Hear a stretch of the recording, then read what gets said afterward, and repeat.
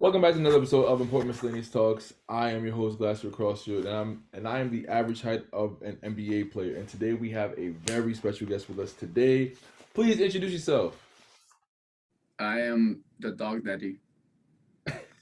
How'd you how'd you come up with that name? Um, I mean, it was just very fitting because everything about me involves dogs. Hmm. I'm a professional dog trainer. I have always had a whole pack of dogs, and I wanted something that was catchy and unique. It took many years to come up with something, and I don't know. One day I was just like thinking of names, and since I'm kind of like the dog daddy, since I have always just had all these dogs and you know just dedicated my whole life to dogs, it clicked, and ever since then, um, I became known as the dog daddy. Weird question. Have you ever been called that in the bedroom? Not maybe. That's hilarious. Now I next mean, I do get a lot of message. One second. Okay, I had something on my screen. I do get a lot of messages of people that want to do that. now next time when someone calls him that in the bedroom, now he's gonna be thinking of you, so that's gonna make it super awkward. So what interested you into getting into this field? But it was very natural. I always had an interest in working with dogs. Growing up, like literally from crawling, I would always be going after the dogs and trying to work with them. And it was always there. My family actually always tried to get me out of it. Growing up in Brazil, they did not see a future, working with dogs because dog training wasn't a big thing there. Um, so they always thought it was just a distraction. So actually, I had to work very hard to kind of like continue to do what I've like my passion is. But yeah, it just I don't know. Honestly, my family just had normal like a couple dogs at home, so nothing that they had a lot of dogs or anything. But I was always like drawn to them. I always find it interesting when someone has the ability to popularize something that most don't necessarily think of when you think of trendy things to do. And dog training is one of them. I on paper I wouldn't think that you would be able to grow this large brand just by dog training. So what were some of the things that you were able to do to help grow your brand? I mean, honestly, like I said, because it started so organically, I was drawn to working with dogs, and I became really good doing so by practicing. So when I was growing up, since that's the only thing that I like to do, I would instinctively just try to communicate with the dogs and get them to respond to me. And over time, I became really good at it. So it was really easy to get people's attention by demonstrating my work. And at first, in Brazil, it was kind of like people would notice it, but the reaction was very different. But I think naturally, I don't know why, I just didn't mind like being known as this crazy dog guy. I was like 10, 9 years old, and I would be walking around with a bunch of dogs. I enjoyed that type of attention because anything that involved like I feel like recognizing that I was good at working with the dogs. It was like something that I enjoyed. But again, there was no like nothing, no indication of I can have a career. No one ever said to me, you're gonna do something huge with this one day, and you're going to be able to grow a brand or whatever, have your own business. Like that was never a thing at all. And after moving to the U.S., back to the US and getting my first dog, I had the same type of reaction of people like, "Oh my God, that's amazing! How'd you get a dog to do that?" And but the difference was that they would always say like, help me with my dog. I wish my dog could be like yours. And then the more I started to demonstrate my work, the more people were asking for help. And one thing that what I finally was able to see is that what I was able to do with dogs was actually really impressive to people here, because they treated dogs more like part of the family. And so anything that involved like having obedient dogs that can be in your house with you and be a part of your family and kind of go places with you, the more under control the dogs were, the more impressive it was to them, and the more they wanted you to help them achieve the same thing, because it would be beneficial to them to have obedient dogs. So I didn't have that in Brazil. And so the more I saw that, the more it pushed me to kind of like put myself out there. So at first, I never cared about social media because I was always the last person to, get on social media. So my sister, like when Facebook first started, like I never cared to be on there. I just cared to be working with dogs. But what I would do instead is just take the dogs for walks every day. I would spend hours at the dog park just demonstrating my work. Basically what I'm doing now on social media, but I was just doing it in person. I would go out to the park, and every day there was more and more people, and then people started photographing me and putting it on their social media. The news had started to notice. I was I want to say I don't know why. Like I said, I genuinely liked the attention because it was something that I'm really passionate about. So anything, just going out there with like 5, 6 dogs and having them be really obedient, and then having people all kind of like want to talk to me and talk about the dogs, and that was like really entertaining to me. So it was really easy for me to do. And people started then news because they dogs, obedient, and I would always try to do more and more and more. So then eventually I started training the dogs to all walk off leash and to all obey at the same time. And then my friends convinced me to post a little bit on social media, and this was years ago, and I posted some videos. And for someone that had no social media before, like immediately I would have like 20,000 views, which was a lot, back then, with not having a following or anything. And but I never, honestly, it just took me a long time. Let's just say it took me years to really think, okay, I can actually utilize social media to grow this and like to do what I do in person. Everywhere I went with my dogs in person, it was always like this craziness of people stopping the cars, wanted to get to know me, taking pictures. And I was a nobody, like no one knew who I was, but they were just curious and interested because of how the dogs listened. So when I started, so on social media, like I would get attention, but I never really actually stopped to think I can, turn this into something much bigger. So that went on for years. And then after so many people continue to tell me like, we like you have to charge more, you have to like show yourself out more. I started to post a little bit more, and over time I started to like learn to be consistent. And now I like know the power of social media to put my work out there.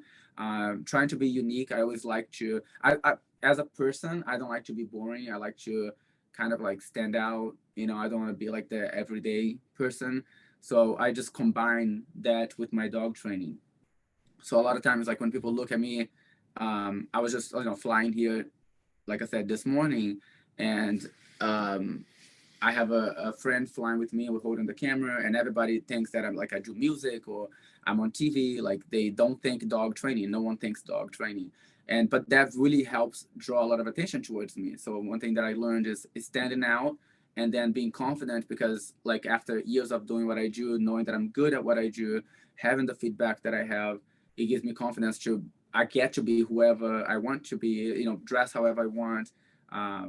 And still know that I'm really good at what I do. So I think when you combine those things, it's very attractive to people, and so it draws attention, and people are curious about you and they want to get to know who you are, whether it's through videos or in person. I feel like I have to always be like representing, my brand and what I stand for, because it's the proof is there. Like I can be walking through an airport and someone will say, they want to know who I am. They have no idea who I am, but they want to know who I am. You know, um, and again, when they see me working with a dog, they're like, "Wow!" Like they couldn't even they knew I was somebody, but they didn't. They could never guess like true dog training. But then combining that, so now when they see that, they tell their friends like they feel like they want to tell their friends about it. Especially if they need dog training, because think about it, they have competition. There's like there's thousands of dog trainers everywhere. Anyone can call themselves a dog trainer. So for me, talking about dog training in particular, it was really important to stand out because I'm traveling, like I'm every weekend I'm in a different city training hundreds of new dogs because people want to work with me. They have other options, but a lot of the clients that actually come to me, they specifically want to work with me for many reasons, again, being good at what I do, obviously, but also standing out is huge to grow because otherwise I'll just be one of just other trainers. And even if it doesn't matter how good I would be, I feel like people wouldn't know that because they would just overlook, it's just like there's thousands of trainers. So what's different about this guy? It would be harder for me to like become known if I was blending in. So it seems you had a lot of confidence and belief in yourself before anybody else did. So with this success, because like you said, in Colombia, and I'm sorry, in Brazil, it was something that wasn't common, it wasn't popularized. So when that level of success came, did people change up or switch up? The very people that probably told you, you should be doing something else, or this is a waste of time, but you kept going at it and it brought you to this point. Did people then switch up when they saw your success? Oh yeah, I feel like definitely. I feel like not necessarily in Brazil because I actually had more troubles after I moved to the US. In Brazil, I just didn't have something to look forward to, and I had my family telling me no. But actually, when I moved here, I became I grew pretty fast to like someone that, a nobody. I was learning English. I was 18 years old and just brand new, but I was already way more popular than all the other trainers, like immediately by just, going out with my dogs. That drew a lot of attention. And so it also got a lot of people telling me that, I can't know what I'm doing because I'm too young, or like just being doubtful and kind of like looking for something to be wrong. And because it was competition and I was getting so much positive feedback, I actually had more of those people like telling me no. And I feel like some people who were just doubtful, I think that's what you're asking, like they definitely have, a lot of people have come back like and try to reconnect, and pretend that they were friends and they were there and they love me and they're so happy that I'm doing well.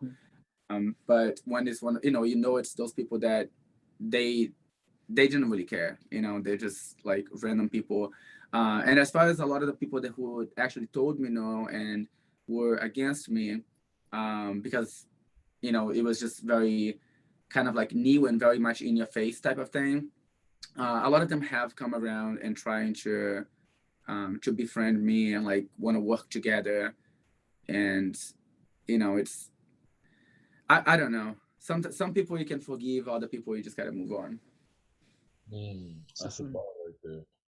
That's a fact. What would you say are some of the best tactics for training your dog? the be- I always tell my clients this and anybody this. The first step is to learn about dogs to begin with. Anyone can train obedience. I mean, I can teach you how to teach a dog to sit, but what if your dog tries to bite you when you try to get them to sit? Then you have to address that. What if your dog is afraid of some things when you're trying to get them to sit? Like, there's just so many variables. You can learn to be the best dog trainer, but you've like with one dog, but that doesn't mean you're going to be the best dog trainer with every other dog unless you really understand dogs. If you start to pay attention to body language and really know what your dog is thinking, how they're feeling, so you can adjust and adapt to what they need from you. If you cannot do that, you're not going to be very successful with dog training. There's so many different fields of dog training, so many different types of training that you can do. And I feel like some people are actually really successful in some areas, but if they were to handle your dog that they don't know, if you're to handle them a dog that they don't know and tell them, here, do something with this dog, they will be lost with a dog that they didn't get to raise, from puppyhood and raise in a way that how they are trained to do, how the person is trained to do. So the bottom line would be getting to understand your dog. And then as far as methods, it's balanced training. You want to, again, if you understand your dog, you know when they need to be reordered for something and when they need to be corrected for something. There's many different techniques to correct a dog, just like there is to reorder a dog. Those are things that you have to learn, and anyone can learn. But if you don't understand your dog, you never will know the right time to correct, the right time to reward, and the balance in between. Got you. So, what are some of the things that you do to calm down a very aggressive and upset dog? Because I got some dogs in my neighborhood that have been terrorizing me for years.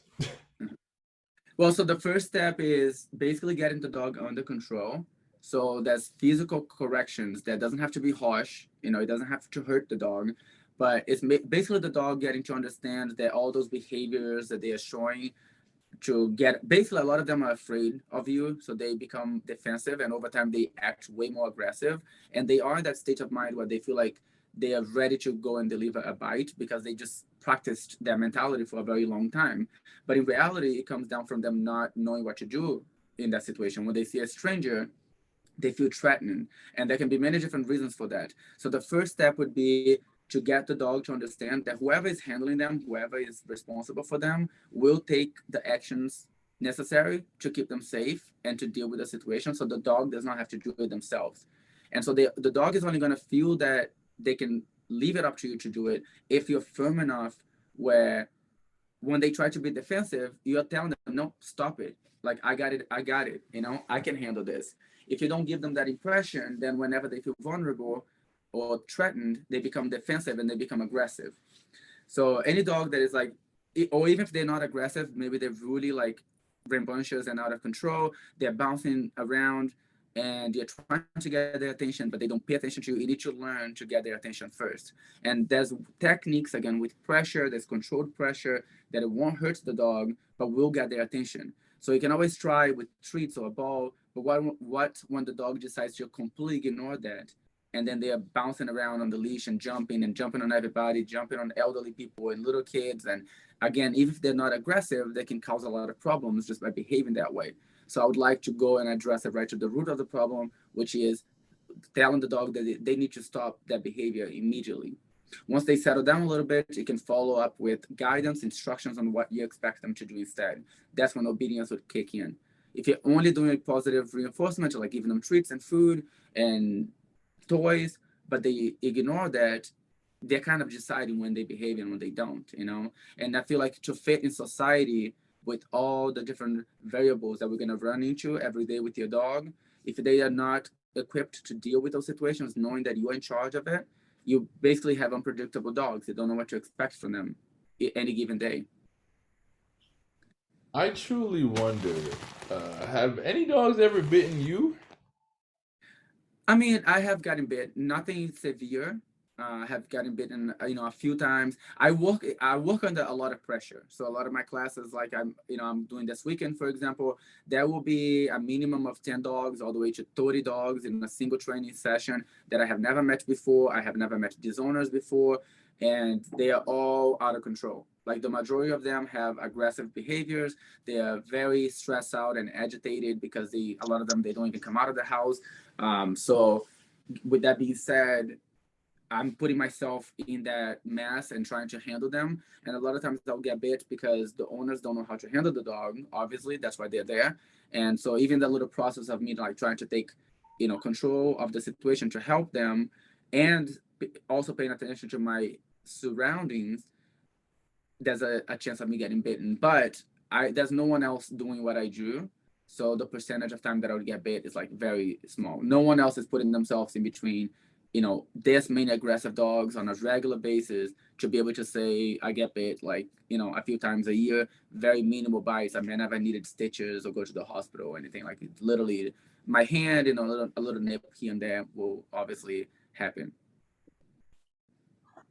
Talk about your most difficult case when dealing with a dog, and what did you do in that situation? Again, the majority of dogs that come to me, they are very stressed out. They have gotten away with bad behaviors for a very long time. The owners don't have any idea on how to deal with these dogs. Sometimes they have isolated them for many years at home, and then they finally see my videos and they find hope again. So now they're dragging these dogs out of the house to be trained after years of no training and the dog being aggressive and just isolated. So I'm dealing with a lot of backup, like bad habits, and some of them can be pretty stressful to deal with just because the dogs are older and getting away with it for so long, and they're so determined that the way that they are currently behaving is the only way. So when you try to address it, they are more stressed out and fighting back. um, and the biggest trouble is I got the dog under control, but then the owner has to reinforce it. So when they're dealing with that much intensity of stress and anxiety, and the dog is just completely completely unstable, and I know what I'm doing. So even then, I know what I'm doing. It's still not easy. It's still not as smooth as like you would want it to be. But then I have to handle the dog back to the owner and say, okay, now do what I just did. And then it's a matter of getting them to practice. So I feel more confident, of course, in my ability to handle these dogs and make amazing progress with them, more so than giving them back to the owners. I have a really high success rate, even with training the owners how to do it. It's a lot of work. I'm told that I'm very patient with a lot of the owners, even more so than the dogs, because the dogs, I get them to comply pretty quickly, but then they need reinforcement. You're not going to break these years of bad behaviors, which is a habit that they have had for years of repeating that every single time they see a stranger, they become aggressive, for example. You're not going to just revert that all in one day. I get the dog to start to make huge progress in one single day. But for you to actually permanently change the dog's behavior, you would need to repeat that every encounter that they have with the triggers that cause them to act the way that they're acting in a negative way. So if I'm not handling these dogs every single time, whoever is handling them needs to learn what to do. A lot of these dogs actually that you see in my videos, that are really out of control, really really bad, misbehaving, if they were to just remain with me, they would like their behavior would like permanently change. Within a month there would be different dogs, like all of them. And if they were with me, like every single, I would be able to start doing things with them that they can't do right now immediately from day one. Like the vast majority of the dogs that I work with, they are currently out of control. If they were handled by me every day, they would be going to the pet stores, they'll be going downtown to walk around. But I know how to handle the dogs safely. I know how to make the dogs feel more comfortable in these situations that they are uncomfortable in. And training the owners, on the other hand, is a whole nother story. Again, I do pretty well, but that's still the biggest struggle, is to get them to follow through. I never thought about that point of view where you have to train the dog and then train the owner to be able to train the dog. So that's pretty interesting. Well, because training and having a good relationship with your dog is based on your lifestyle with your dog. Like it is a lifestyle. It's a matter of how you talk to your dog, how you feed your dog, every little interaction with your dog, how you feel around your dog. Um, how good you are with establishing rules and structure for your dog. If you don't know how to do that, you get a dog that's more afraid of things, more insecure. They're more unstable because they just don't know what to do in any given situation. So the owners really need to learn to understand the dog and then how to communicate with the dog. They Otherwise, say, I can get someone can get a dog to behave and give it back to the owner and have some type of like result, but it's never going to be the same, because they're still an animal. So like the next day they could start acting a certain way or feeling a certain way, you know. And if the owner doesn't know how to spot that and work with that, then the behavior is going to go back. They're going to develop different types of negative behaviors because of being, again, in the same place of being misunderstood. If the dogs are misunderstood, it doesn't matter how much training they have, over time they're going to become misbehaving again. they say, a dog is a man's best friend.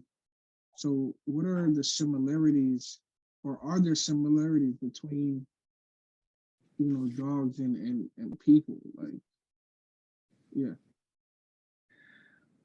In what way? Based on, I guess, based on how you would deal with them. Because, for example, we're all people. I know how to treat a person. Yeah. And then some people may see an animal as less because it's an animal. It's like it's whatever to them. So, um,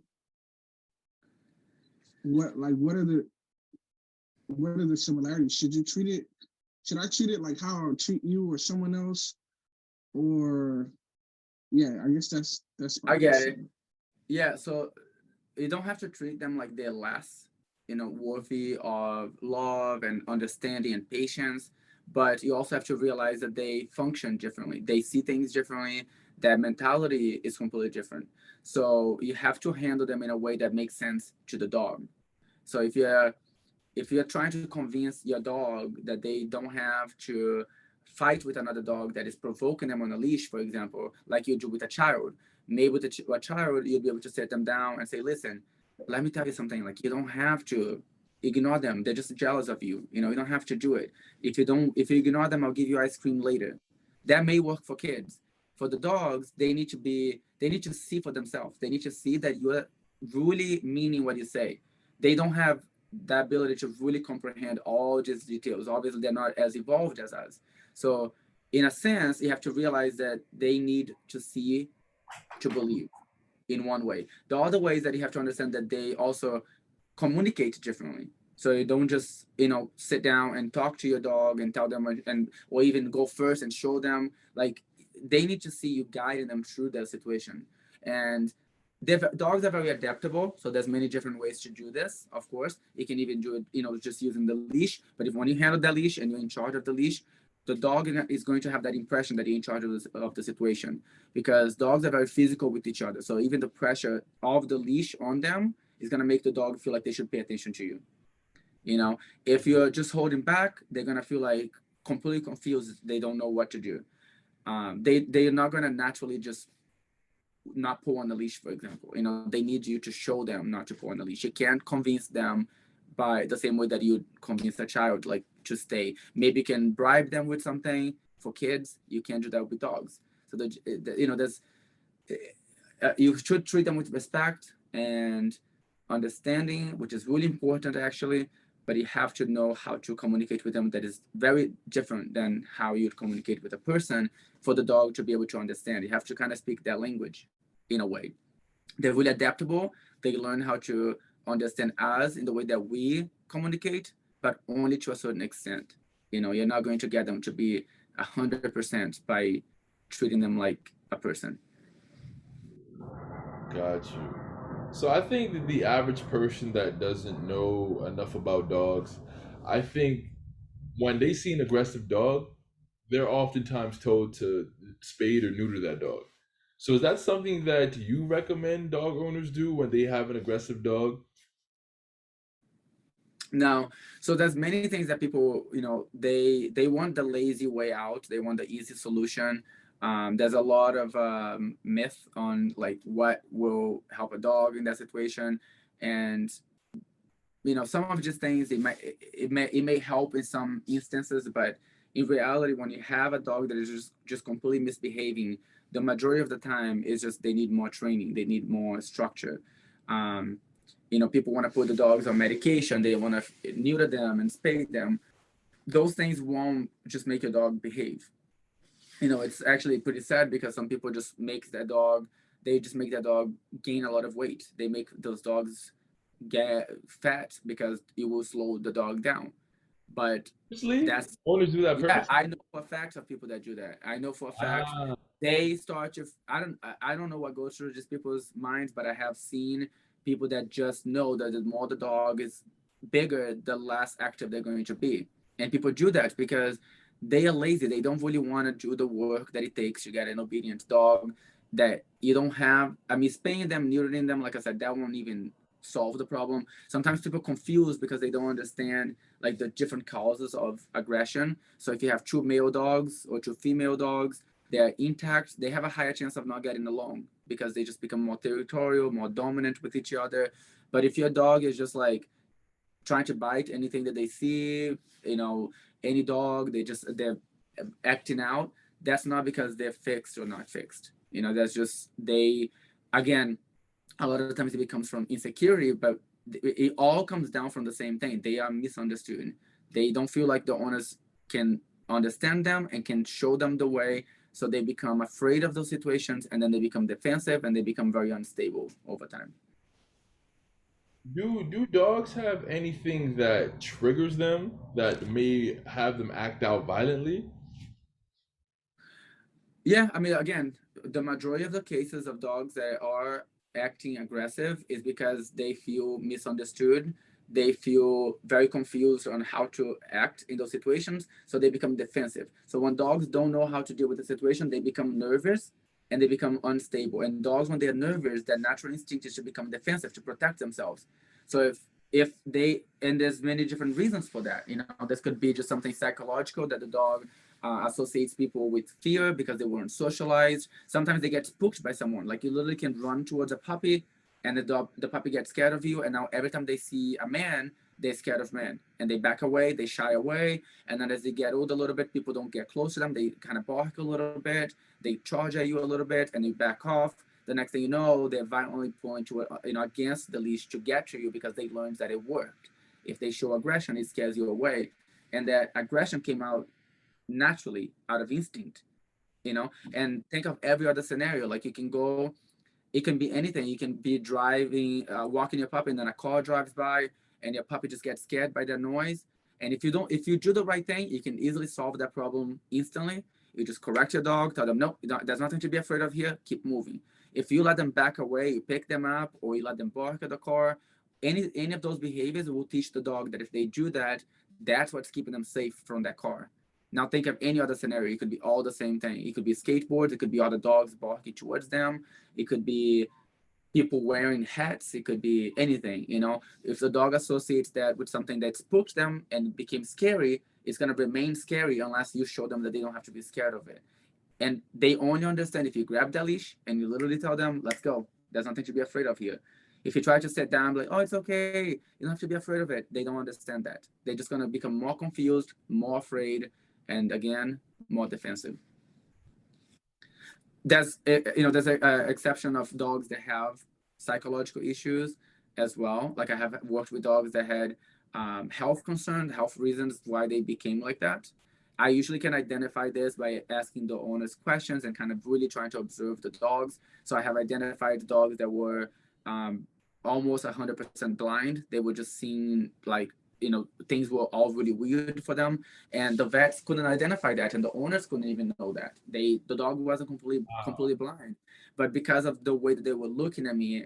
And I'm very in tune with dogs, so I can tell if a dog is just not feeling well. Like you can tell a lot by looking at the eyes, but it takes a lot of experience. And I'll tell them there's something off with the dog's eyes, like there's something weird at how she looks at me. And they had already gone to the vet. The vet's like, no, everything's fine. And they go to a specialist, and then they do further testings, and the dog had vision problems. That was basically this dog was completely fine, and then out of the blue becomes aggressive towards everybody, just like lunging, going crazy, vicious, because she, again, when she started seeing people when she had problems with the eyes that started later on, not when she was a puppy, she started seeing people all, what the vet explained how she would see them, but basically all moving weird in front of her. It made her scared.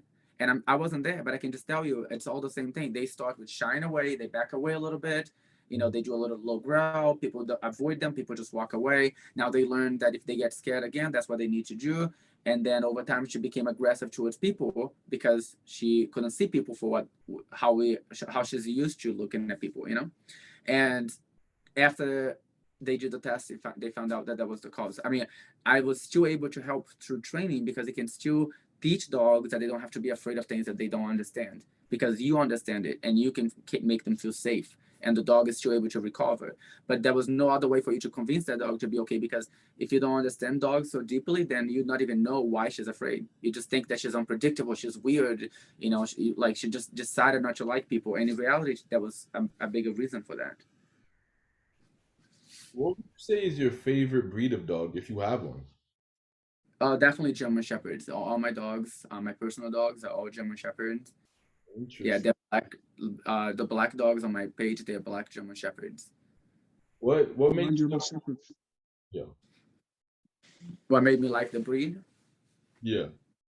I grew up with a lot of mixed breed dogs, and I when I first came across a German Shepherd, I just really liked how they looked, and then I started working with them, and they are the most versatile breed of dog that exists. So, you can basically teach a German Shepherd to do any tasks that other dogs can do, and they are really well put together, really smart, very loyal. They just look great, and again, they're like that type of dog that you can just do a lot with. They like agility, they like water, they can go hunting, they can go hiking, they can live in an apartment. They're pretty mature for the most part, so they're really adaptable. They can live pretty much anywhere and be happy there. And they love to work with you. So it's it's hard to think of any other breed that would compare. What would you say is the biggest lesson that you've learned being a dog trainer? Um, I mean, I guess for me in particular, it would be just that you can do whatever you put your mind to, and you can, basically create. Like, there's no limits to what you can create with something that you believe in. Um, and I honestly, it's very like empowering to go out and see the change that I can make in like people's lives. So a lot of times as a dog trainer, or if you for someone to think of a dog trainer, you probably don't think of someone that's actually like making such a huge impact in people's lives. So one thing that I have learned is, again, you can do so much more than like just the basics of it. Like the basic, you're teaching a dog to sit and roll over. But again, a lot of times you won't think that I'm actually saving marriages, and I'm saving relationships, and saving the dog's lives, because just people cannot keep this dog in the household if they are completely out of control. So I'm making a much bigger impact than just teaching a dog how to do things. You saved marriages before by training a dog? Oh yeah, I mean, there's people that literally, like, when they call me, the dog doesn't like the husband, or the dog doesn't like the wife, or the wife came in a relationship with a dog and the husband has a dog, and those dogs don't get along. And so it's like they love those dogs so much that it's like literally between, I have this dog for 5 years. I just got married last year. Like, if my husband doesn't want this dog in the house because we had a kid, whatever. It can be so many. I do it all the time. I get run into this all the time. So it's like they tell me, if you cannot help us get the dog under control, and some of it just people, like, it's not that they are just lazy. They have tried. They have spent money on other trainers. They have tried a lot of different things, and it's not effective, and they are struggling. Like, they cannot travel. A lot of these dogs are so aggressive that no one can babysit them, so they can't. I mean, their kids are getting married or something, or someone gets sick and have to be at the hospital, and they have this dog at home that no one can help them with. So by being able to solve these problems, it's a lot more than just I trained a dog how to be obedient. I'm actually like really saving these people's lives, because it's either that, or they cannot keep the dog, or they're just living a horrible life, uh, stuck at home, not being able to do anything because of these dogs. Do you think it's sometimes a bit unhealthy seeing people's attachment over their dogs? Like, it's literally their whole livelihood. It's like their dog or nothing. Yeah, I mean, I hate to say this. I like to be very transparent and like open, and I guess kind of like it just be pretty real. Sometimes some people like to sugarcoat things. I would say that a lot of people, they have their own emotional needs, and they like kind of force it onto their dogs. Like, they have the dogs for those reasons. Like, they need to feel loved. I feel like we all do, but a lot of people have learned to just like depend they're codependent on their dogs for that. When I love my dogs, but like I don't need like that reassurance from my dog that they love me in order for me to be happy. You know, some people I feel like they rely on that, like they need that. So it actually causes a lot actually like with that same thing too, that same thought, they cause a lot of behavior issues because they if they don't see the dog excited to see them jumping all over them when they get home, they feel like the dog doesn't like them and that hurts their feelings, you know, because they need that acknowledgement from the dog, they need that reassurance from the dog. And I think it's pretty unhealthy because your dog can be laying down there pretty content living this best life, um, and you can just know that they like you, you know, like you don't have to, it's just common sense, like unless you're abusing your dog is not going to just not like you, but you don't need to see them all excited having anxiety almost, which is pretty much what people sometimes need to see. If the dog is not like all over them, then they can't be happy, you know, just people. Got you. And my final question: what is something that every human can do to make the lives of dogs easier? Go to learn how to understand dogs before you get the next dog, before you get your first dog or your next dog, before you go to get a dog. If you literally took the time to work with puppies and bigger dogs and get to know the breed and the type of dog that you're going to get for your family, that would honestly be saving a lot of dogs.